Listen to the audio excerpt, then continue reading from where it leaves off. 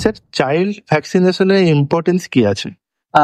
বাচ্চাদের ভ্যাকসিনেশন কেন গুরুত্বপূর্ণ, এই উত্তরটা দেওয়ার আগে আমি একটুখানি বলে নিই। সেটা হচ্ছে যে ভ্যাকসিনেশন ইটসেলফ খুব গুরুত্বপূর্ণ, এবং সেটা আমরা সবাই দেখেছিলাম কোভিডের সময়।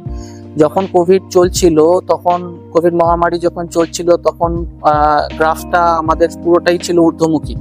তারপরে যখন ভ্যাকসিনেশন স্টার্ট হওয়ার পরে আমরা দেখলাম যে এই কোভিড এর গ্রাফটা আস্তে আস্তে নিচে নামতে শুরু করলো। তার কারণটা হচ্ছে ভ্যাকসিন দিয়ে আমরা শরীরে অ্যান্টিবডি তৈরি করলাম, এবং সেই অ্যান্টিবডি আমাদেরকে এই যে ভাইরাসটা বা ব্যাকটেরিয়ার ক্ষেত্রেও যে ভ্যাকসিন গুলো হয় সেগুলোর থেকে আমাদেরকে প্রোটেকশন দিতে শুরু করলো। বাচ্চাদের ভ্যাকসিনেশন অনেক হয়, এবং প্রত্যেকটা ভ্যাকসিন একটা নির্দিষ্ট সময় দিতে হয়। সমস্ত রোগের ভ্যাকসিন হয় না, বাট প্রচুর রোগ, যে রোগগুলো বাচ্চাদের হয়, আগেও হতো, বা আগে যে রোগে অনেক বাচ্চা অসুস্থ হতো এবং মারাও যেত, সেই সব অনেক রোগের ভ্যাকসিনেশন এখন আমরা দিই।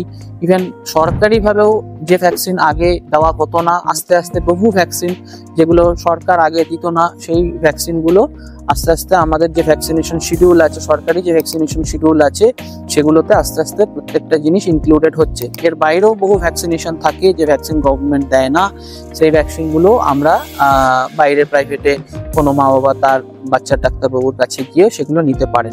ভ্যাকসিন দেওয়ার প্রাইমারি উদ্দেশ্যটা হচ্ছে protection. Prevention is better then cure, আমরা সবাই জানি।